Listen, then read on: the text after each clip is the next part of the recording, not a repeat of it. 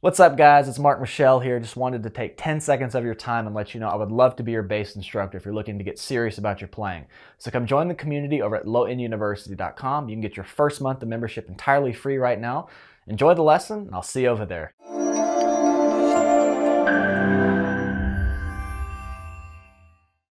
What's up, everyone? Mark here at Low End University. This is lesson 134, and this lesson is titled Variations on Scale Practicing. So a lot of times I get asked, are there any creative or more fun ways to practice my scales? Because we're taught to just play them up and down, and we're just beating a dead horse to death again, because that can get really boring and very stale after a while. And scales are the building blocks of music, so this is something we constantly need to have refreshed as a great warm-up, as a great refresher on positions, modes, whatever it may be. But at the same time, like I said, because we're trained to just run them up and down, it can get very boring and very unappealing. So over the years, I've come up with some various ways that help me to get creative and help me to get thinking again. And it's something that makes the scales incredibly challenging depending on the tempo and what configuration you do. So in today's lesson, I'm going to give you 5 variations on ways to practice the scales. We're just going to focus on the major and minor scales today, but these same variations apply for all the modal scales. But if I went through 5 variations of 7 modal scales, we'd be doing 35 different things or more. So we're just going to stick with those for now, but just do know that these same things can be applied to the modal scales and really ramp up the challenge even more.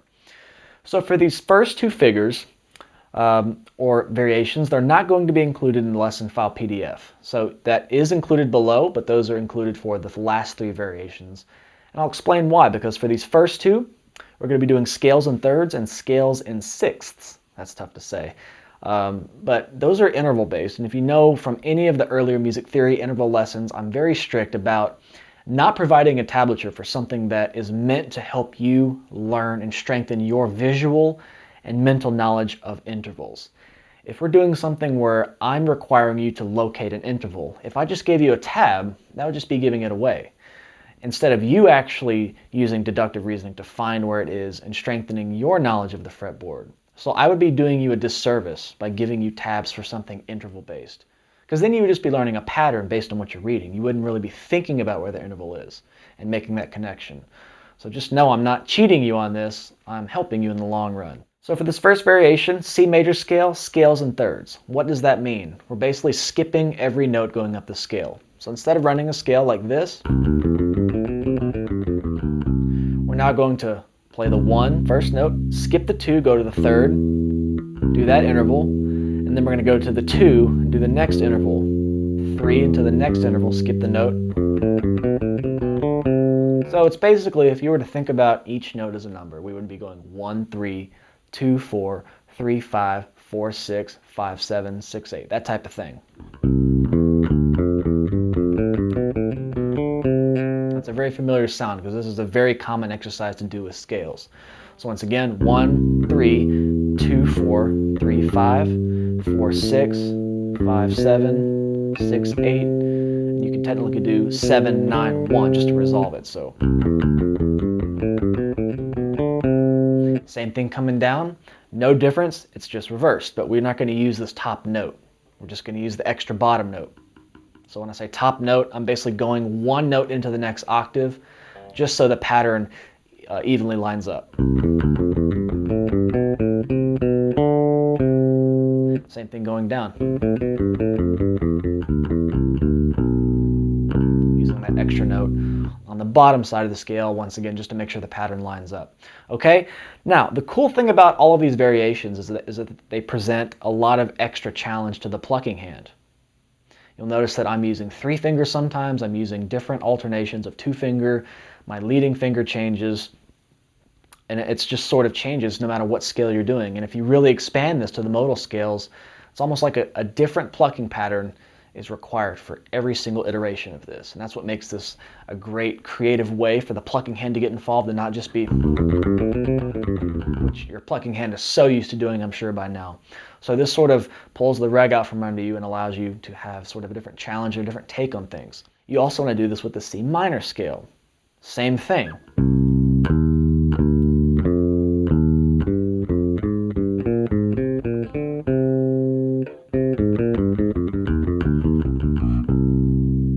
exact thing. I'm just going 1, skip 2, 3, 2, 4, 3, 5, 4, 6, on and on and on, okay? Very simple pattern. We're just doing every other note going up and down. I would say I use something that feels more like this. I would say that feels more natural to what I normally play in music rather than just a normal major scale. So these are very important. Now a really tough one. Moving on to variation 2, scales in sixths. Same concept as thirds. And when I say scales in thirds, do know that it's just going to a third interval, whether it's major or minor. It's all diatonic. It's in the key. It's in the scale.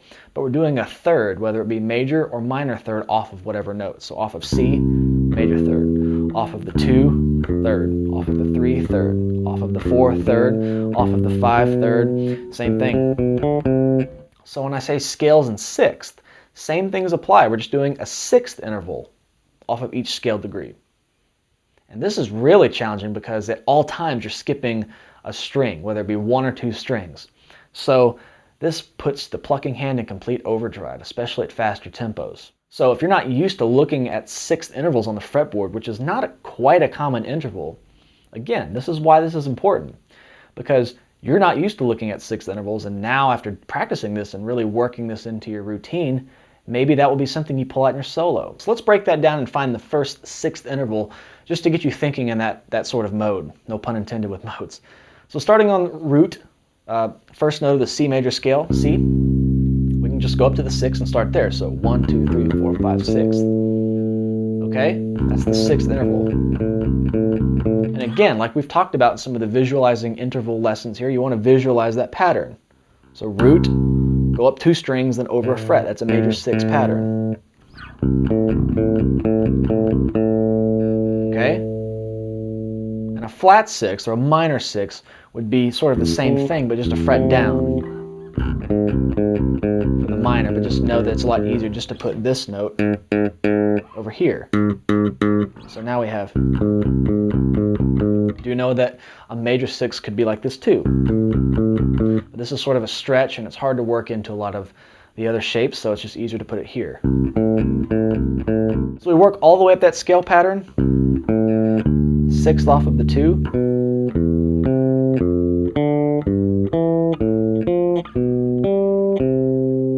Okay, one more time.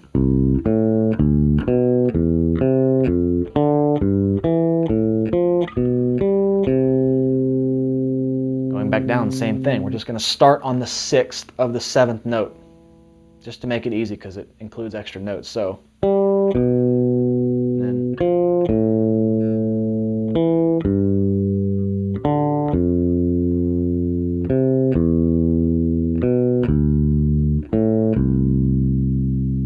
okay, once up, once down.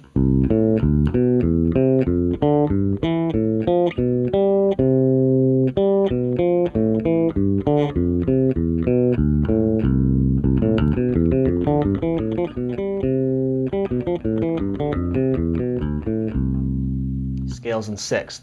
Now doing this on the minor scale is really tough. It's a lot of ring and pinky finger stretching, so we can try to do that one real slowly. Same thing applies. 1, starting on the minor scale, 6th degree, that's our first jump. And then the 6th interval off of the 2nd note.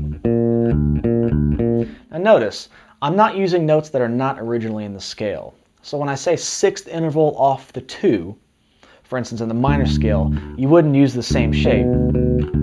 This is a major 6th interval, but this note is not in the key of C minor. So you would have to use the actual note, whether it's a flat 6th or normal 6. It could be here or here. And if it helps to write this down and transcribe it yourself, that's what I want you to do, because it gets you thinking, and you thinking how to formulate these patterns rather than me just giving them to you, okay? The whole point is for you to make those mental connections and sort of have those own victories within your own playing and knowledge of the fretboard.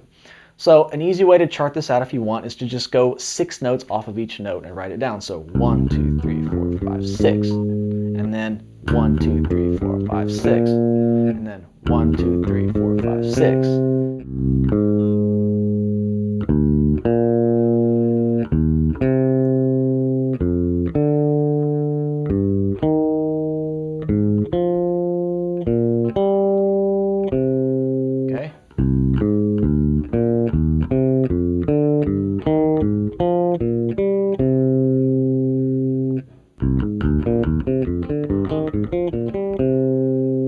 coolest thing is we're still using the same notes you've probably run 1,000 times. You could do it in your sleep.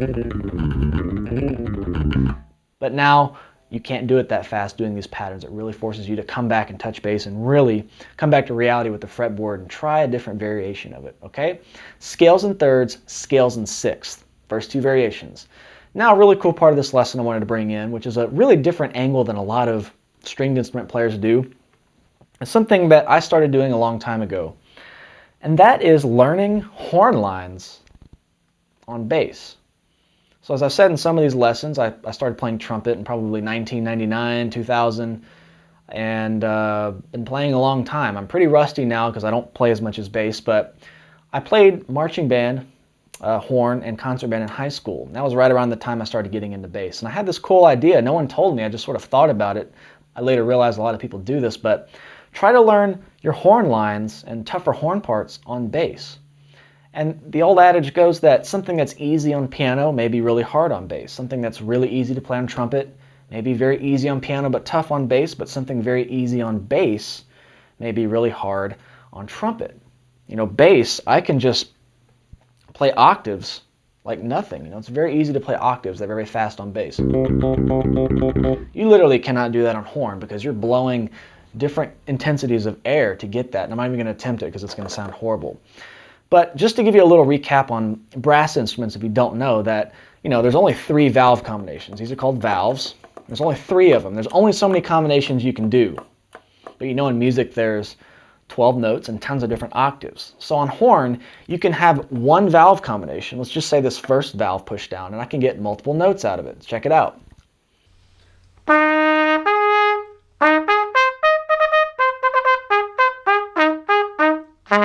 So I could get lots of different valve combinations out of that one thing. By blowing different intensities of air, it changes the partials, okay?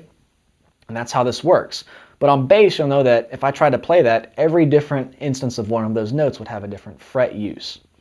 So while that may be easy on horn, because I just have to hold 1 valve down to play that whole thing, it would be different on bass. Not necessarily harder, but just more movement. Okay? That's the cool parallel and differences and similarities between instruments. So if you've ever tried this, it's something I recommend, and I plan to have more content on this particular topic in the future. But try taking some saxophone melodies or trumpet melodies, or go listen to some old jazz and take some of those famous melodies and learn them on bass. It may take you places you've never thought of on the fretboard, because when you look at the fretboard, you're so used to seeing those same patterns. This is a great way to break out of that and a very quick way to do it, okay? So when I was doing auditions for all-state band and all that typical stuff you do in high school, a lot of the scale exercises I worked on came out of this book called Clark Studies. I think it was called H.L. Clark's Scale Studies. Not quite sure if that's the exact title. I'm pretty sure that's it though. And a lot of the ones I was doing at the time, I thought this would be cool to try on bass. That's something I've been practicing to this day. And I'll show you an exercise that's very easy on trumpet, because you'll notice that I'm going to only use 3 different valve combinations for this exercise. It's going to look like this. If you were just to visually look at the valves, over and over. First, open, 2. Everything I play is going to look like this. Okay, check it out. Okay, one more time. You'll notice my valve combinations just going over and over, but I'm achieving a wider range of notes. I'm moving higher, I'm moving lower. That's because I'm putting more intensity of air into the horn to get those different partials. But it can all be achieved with this same valve combination.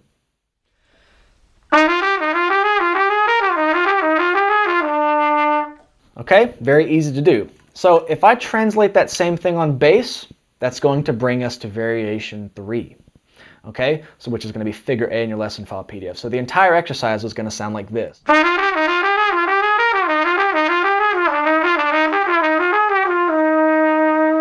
Okay, a little rusty on horn. I can already feel it in my embouchure and some of my tone, but you get the idea. This is for example. So playing that same thing on bass is, again, that's what's in the 3rd variation, or figure A.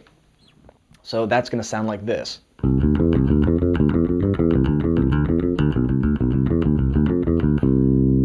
Okay, it's all transcribed for you. I did transcribe these once again because we're not focusing so much on intervals as we are certain order and direction of notes within the scale.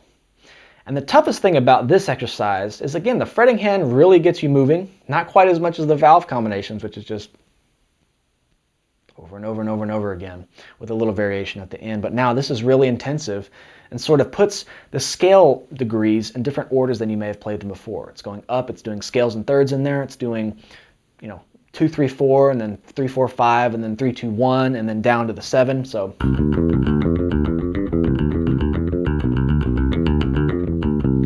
and the biggest run for the money here is the plucking hand. It's a lot of raking, and the fact that there's odd groupings of notes on some of the strings causes your leading finger to be swapped. Sometimes I'm using 3 finger to offset that.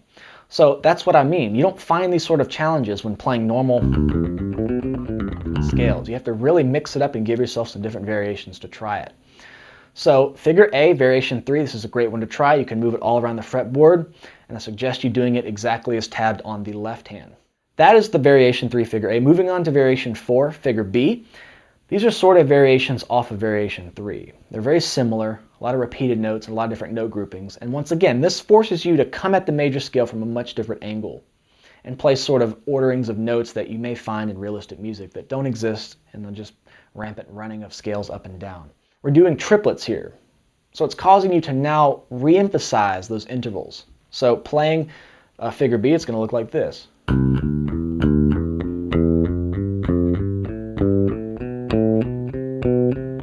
Putting an accent on every scale degree and doing a triplet off of it. So just groupings of 3 notes. And then starting on the 2, starting on the 3, starting on the 4, so on and so forth.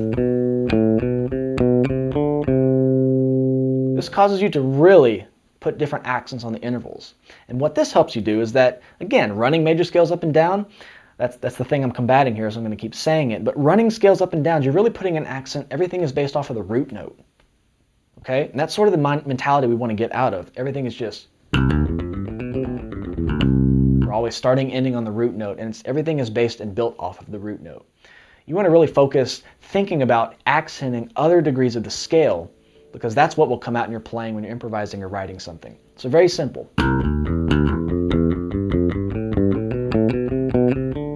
Going down, same thing. You want to do this for minor scale too.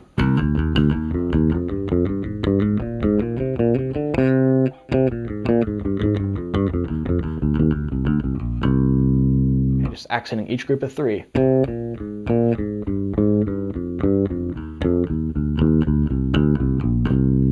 So a great goal tempo to do these at is 100 beats per minute. That's going to apply for everything here, all 5 variations. It's going to sound like this.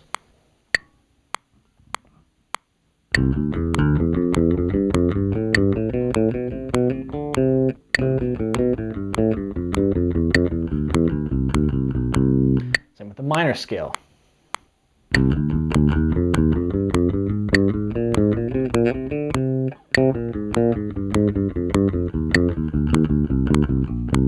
Okay, so variation 5, figure C, it closely resembles variation 3, figure A, which was the Clark Studies exercise for trumpet. We're keeping that same idea going where we're accenting each scale degree going up, but we're going to keep going all the way up this scale and then all the way back down. So this closely resembles figure B too. Figure B was in triplets, accenting each scale degree.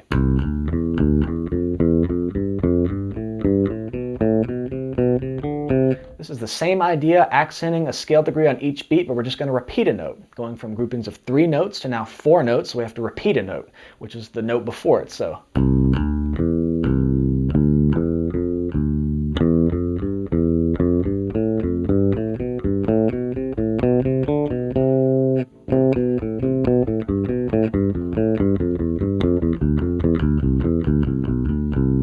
this is definitely the hardest one out of each one.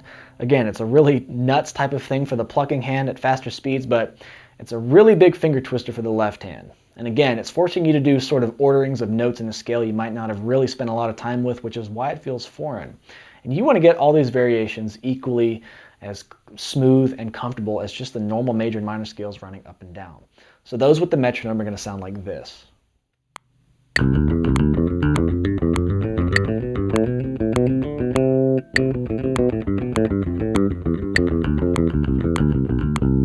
Okay, now the minor scale,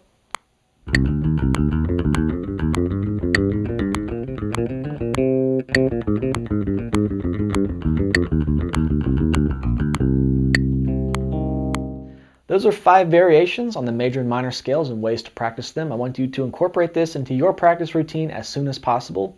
Scales are the building blocks of music, and I'm sure they're a fundamental part of your routine, so this won't feel any different as to what you're working on, just a different way to do it.